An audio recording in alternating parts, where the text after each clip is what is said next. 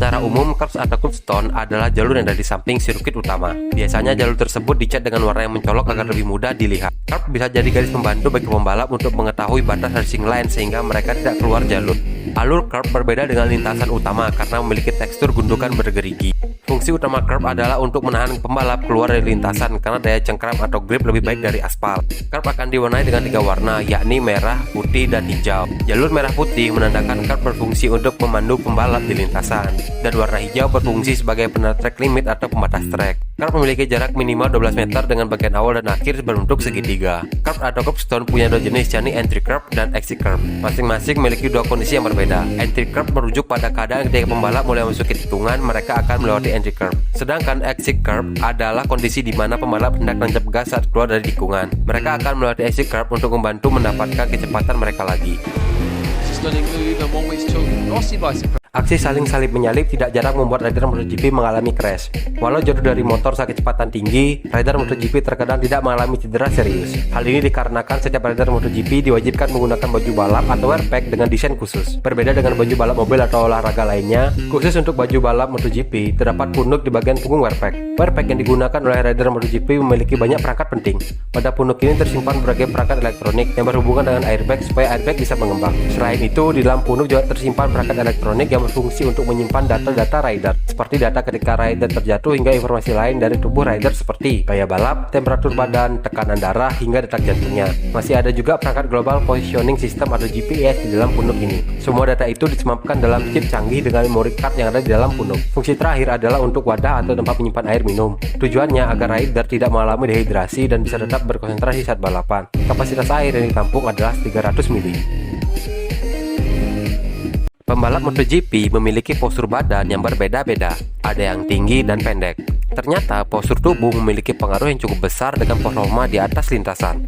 Rossi menerangkan bahwa pembalap yang memiliki postur tubuh tinggi, hal itu bisa berpengaruh pada penggunaan ban belakang.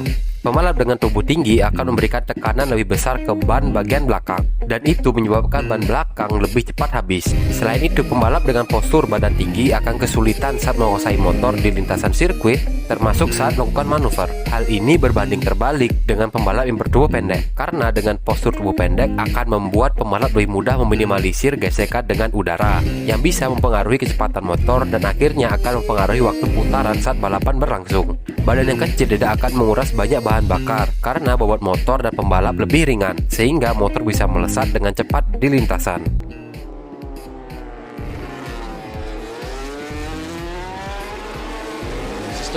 Ajang balap sepeda motor seperti MotoGP juga sangat menguras fisik pembalapnya. Bayangkan saja, dalam satu seri MotoGP, pembalap juga mengikuti berbagai serangkaian kegiatan seperti jumpa fans, press conference, acara sponsorship, dan lainnya. Selain itu, MotoGP dimulai sejak dari sesi latihan bebas pada hari Jumat hingga race pada hari Minggu. Selain tuntutan terhadap fisik para pembalap, kondisi atau cuaca di sekitar lintasan akan sangat berpengaruh pada jalannya balapan.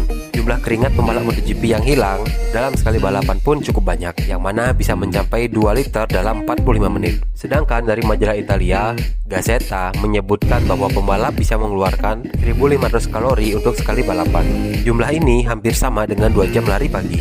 Banyaknya kalori dan keringat yang dikeluarkan membuat para pembalap harus selalu menjaga stamina dan kondisi fisiknya. Great launch from him just as a week ago already in MotoGP here. 15.5 laps to go. They're down at Siberia. That's the gap. Lorenzo over Marquez. Pernah nggak sih terpikirkan di benak kalian ketika kalian menang balapan dan akan melakukan selebrasi di atas podium, malah kena denda? Hal ini memang pernah terjadi di ajang balap MotoGP, yang mana menimpa Jack Miller yang kala itu baru pertama kali mendapatkan kemenangan di kelas MotoGP, yang dia dapatkan setelah menang di MotoGP Belanda 2016 yang berlangsung dramatis dengan race yang di start ulang. Dari race yang diulang tersebut, Jack Miller berhasil mengalahkan Marc Marquez dan meraih kemenangan pertamanya di MotoGP bersama Marc VDS yang membela Honda. Untuk itu, pembalap Marc VDS tersebut pun melakukan selebrasi unik, yaitu show atau minum dari sepatu. Namun dengan selebrasi show yang dilakukan Miller, Honda pun memberikan sanksi untuk dirinya.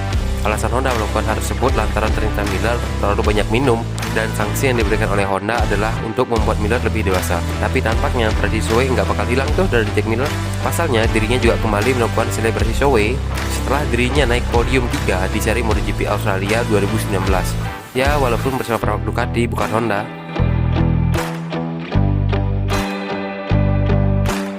Keawetan ban adalah unsur yang menentukan hasil balapan. Salah satu faktor yang menentukan keawetan ban adalah suspensi. Suspensi belakang motor sangat berpengaruh ke pemakaian ban saat balapan. Settingan suspensi ini juga jadi kunci sukses atau tidaknya suatu pembalap saat balapan. Ada dua komponen utama di suspensi atau shock belakang yang mempengaruhi laju motor dan pemakaian ban. Pertama, per atau pegasnya. Dan yang kedua adalah perangkat hidroliknya. Dua bagian ini akan mempengaruhi bagaimana laju ban belakang terhadap permukaan trek. Pegas bisa diatur tingkat kekerasannya.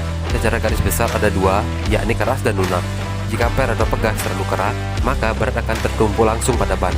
Dampaknya, ban akan bekerja sebagai suspensi itu sendiri. Hal itu akan membuat pemakaian ban menjadi berlebihan. Jika per atau pegas dibuat lunak dan empuk, dampaknya motor menjadi lebih mudah memantul dan tidak seimbang, terutama saat menikung.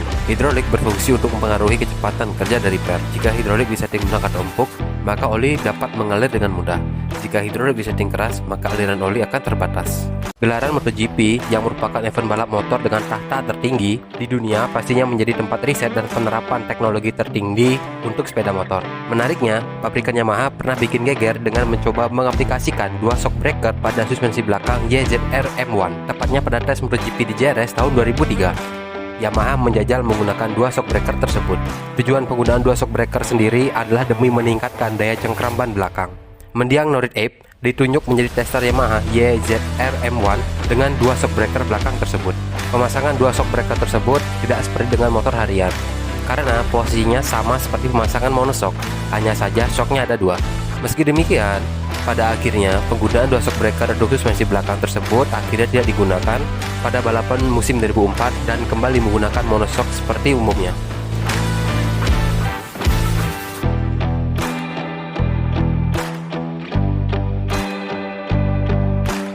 Kejuaraan dunia balap motor pertama kali digelar pada tahun 1949.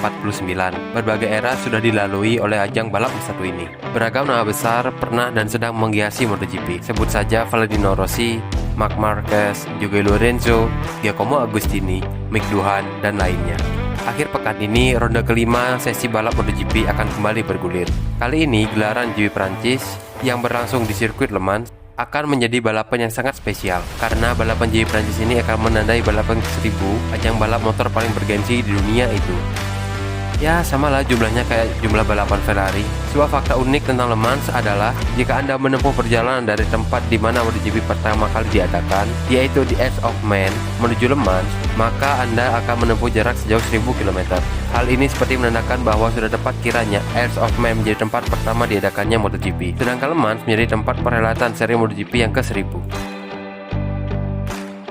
Ducati menjadi pabrikan paling inovatif di kelas MotoGP. Hal ini tidak terlepas dari inovasi yang selalu dikeluarkan tiap musimnya. Penggunaan winglet atau aerofairing yang digunakan pada semua motor MotoGP sekarang ini berawal dari Ducati. Banyak pabrikan yang terinspirasi dari inovasi tersebut dan kemudian menerapkannya pada motor mereka. Direktur balap Ducati, Gigi Dall'Igna, menyatakan bahwa pengetahuan mengenai aerodinamika adalah aspek yang penting. Banyak sekali manfaat yang bisa didapatkan dengan memaksimalkan aerodinamika pada motor. Salah duanya adalah dapat membuat motor produksi yang kencang dan menjauhkan hawa panas dari pengendara, ujar Dall'Igna. Pada MotoGP, aerodinamika tidak hanya berguna untuk membuat motor menjadi lebih kencang, tetapi juga membantu dalam menjaga temperatur mesin dan ban, sehingga tidak mengalami overheat. Selain itu, penggunaan aerodinamika yang baik dapat membuat motor masuk dan keluar tikungan lebih cepat serta stabil dan membuat motor mudah untuk berakselerasi.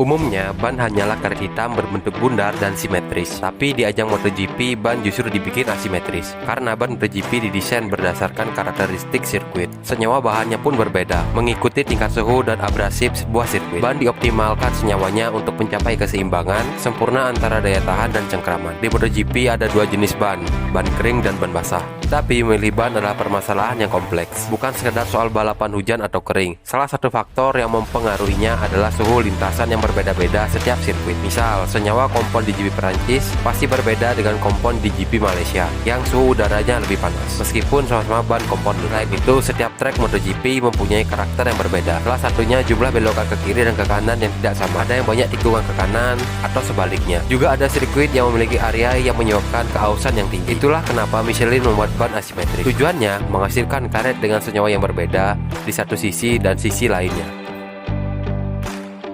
Ducati pabrikan yang berbasis di Bologna, Italia itu menurunkan 8 Desmo CDC GP. Dengan banyaknya motor yang dikerahkan, tidak mengherankan jika Ducati kerap mendominasi perlombaan MotoGP. Davide Tardozzi membeberkan alasan dibalik keberadaan 8 motor Desmo CDC GP di grid MotoGP. Ada 8 motor Ducati, karena kami sebagai pabrikan sebenarnya tidak mau memberikan motor itu kepada tim, ucapnya. Jadi bukan Ducati yang memaksa tim satelit untuk memilih motor Ducati, tapi pabrikan lain yang tidak menyediakan motor. Tim lain menolak, Yamaha menolak, Suzuki hilang entah kemana. Tardozzi juga mengatakan Ducati tidak hanya menyediakan paket motor kompetitif untuk tim-tim satelit, pihaknya juga menyodorkan pembalap yang bisa melaju cepat dan memiliki daya saing. Faktor inilah yang membuat tim satelit tertarik. Punya motor kencang, oke. Di balik itu ada sesuatu, ada strategi. Ada Ducati yang membantu tim satelit untuk memiliki pembalap muda dan kencang, ucapnya.